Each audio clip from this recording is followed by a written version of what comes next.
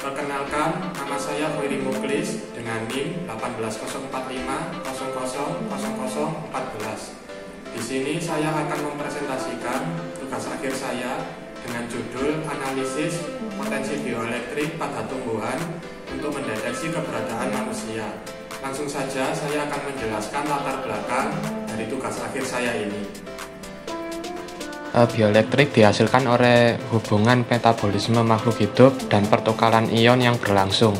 Seperti manusia, tumbuhan juga memiliki potensi listrik hidup atau bioelektrik, terutama pada bagian daun tumbuhan.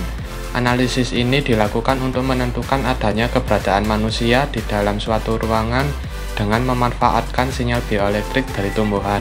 Sinyal rangsangan penginderaan dari tumbuhan ini akan diambil melalui alat pencatat data atau data logger. Mengubah tanaman menjadi sebuah sensor pendeteksi manusia memiliki kelebihan seperti untuk memonitoring orang lanjut usia yang merasa tidak nyaman jika terdapat teknologi modern di sekitarnya. Tujuan dari penelitian ini adalah 1. Mengambil data melalui data logger GraphTech GL900 dan 2. Dapat mendeteksi kedua sinyal berbeda atau tidak dalam dua kondisi menggunakan metode uji Z.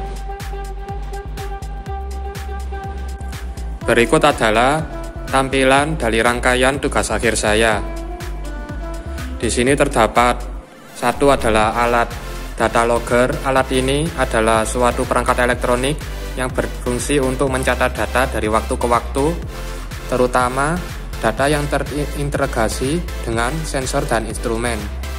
Yang kedua adalah PET elektroda. PET elektroda adalah komponen elektromedika yang digunakan untuk merekam sinyal bioelektrik. PET elektroda biasa dipakai pada peralatan medis. Yang ketiga adalah tumbuhan. Di sini saya menggunakan 2 tumbuhan. Yang keempat adalah laptop yang terhubung dengan data logger. Di sini terdapat 3 aplikasi, yaitu aplikasi dari data logger GL900. Yang kedua adalah Octave untuk proses analisis. Yang ketiga adalah Microsoft Excel.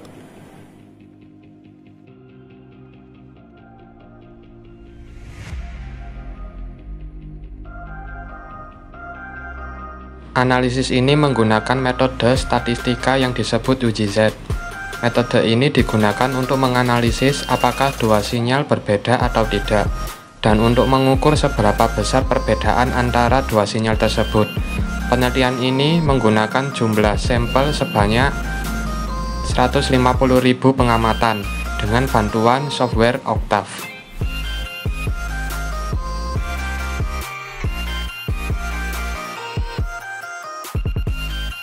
Setelah data logger terkoneksi dengan laptop menggunakan kabel USB, selanjutnya masuk ke dalam aplikasi data logger yang bernama GL900 Apps.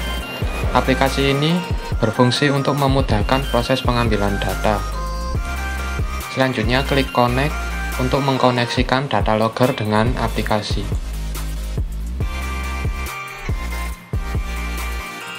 Setelah sudah terkoneksi, kita dapat melihat grafik yang ditampilkan oleh data logger.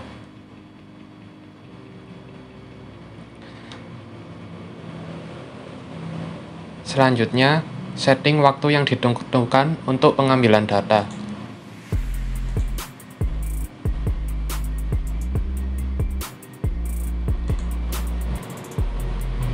Di sini saya setting 5 menit untuk pengambilan data. Setelah semuanya sudah oke, klik start untuk memulai perekaman.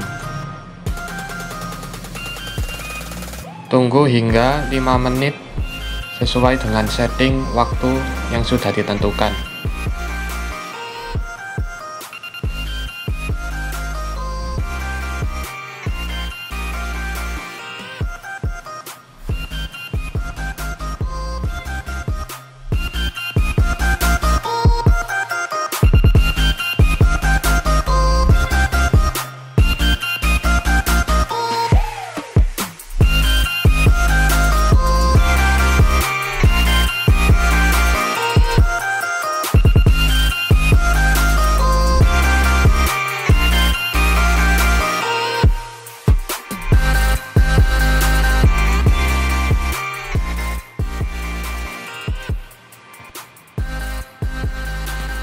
Setelah pengambilan data selesai, save data yang telah direkam.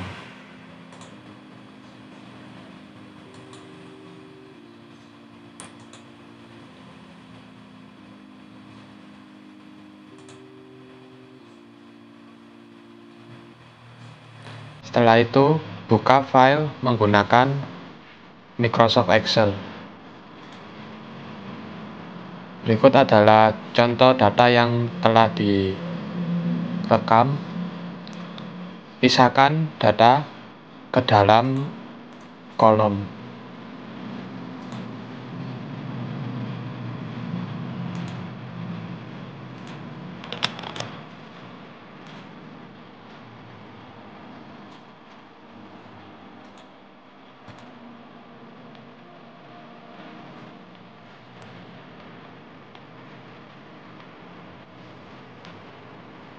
Data telah dipisahkan menggunakan Microsoft Excel. Selanjutnya, membuka aplikasi Octave, membuat variabel baru.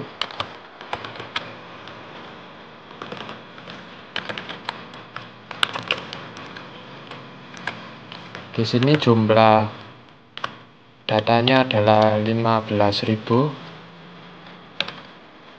dengan 2 channel.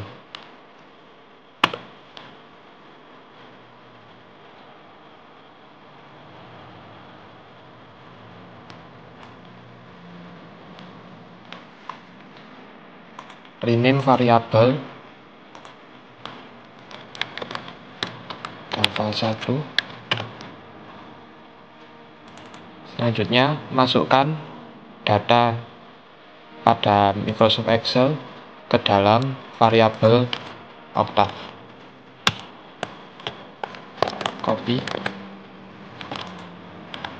masukkan ke dalam kolom 1.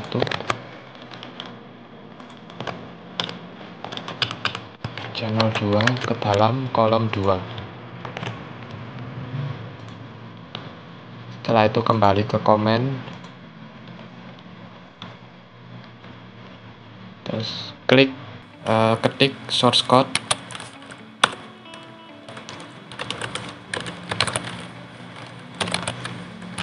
data 1,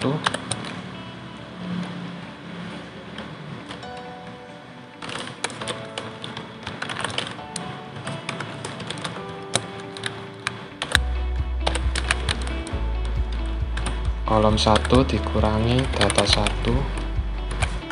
untuk kolom 2.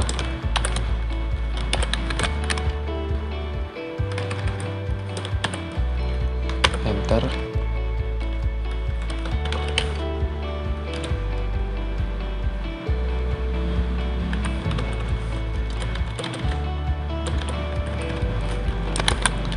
Salam variabel. Selanjutnya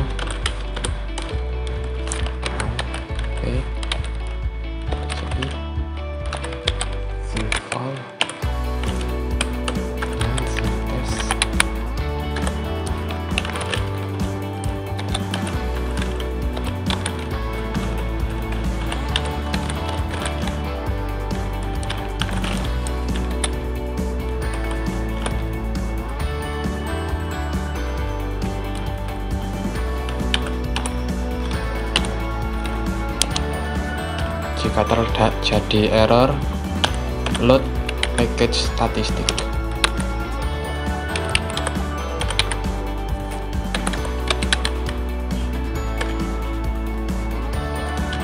Ketik lagi.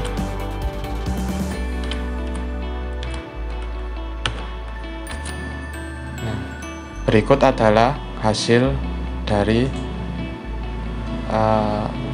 z-test uji Z yang telah dianalisis. H adalah hipotesis. Jika H 0, maka kedua sinyal tersebut menandakan tidak memiliki perbedaan yang signifikan. Jika H sama dengan 1, maka sinyal tersebut memiliki perbedaan yang signifikan. P adalah p-value atau berapa persen nilai signifikan antara uji Z dari analisis kedua sinyal. CI adalah confidence interval, nilai untuk mengukur ketidakpastian atau kepastian dalam analisis uji Z. Terdapat dua nilai variabel, yaitu batas atas dan batas bawah. Z-val adalah Z-value atau nilai uji Z itu sendiri. Jika data sudah ditentukan, maka data ini dapat disimpan dan dimasukkan ke dalam tabel.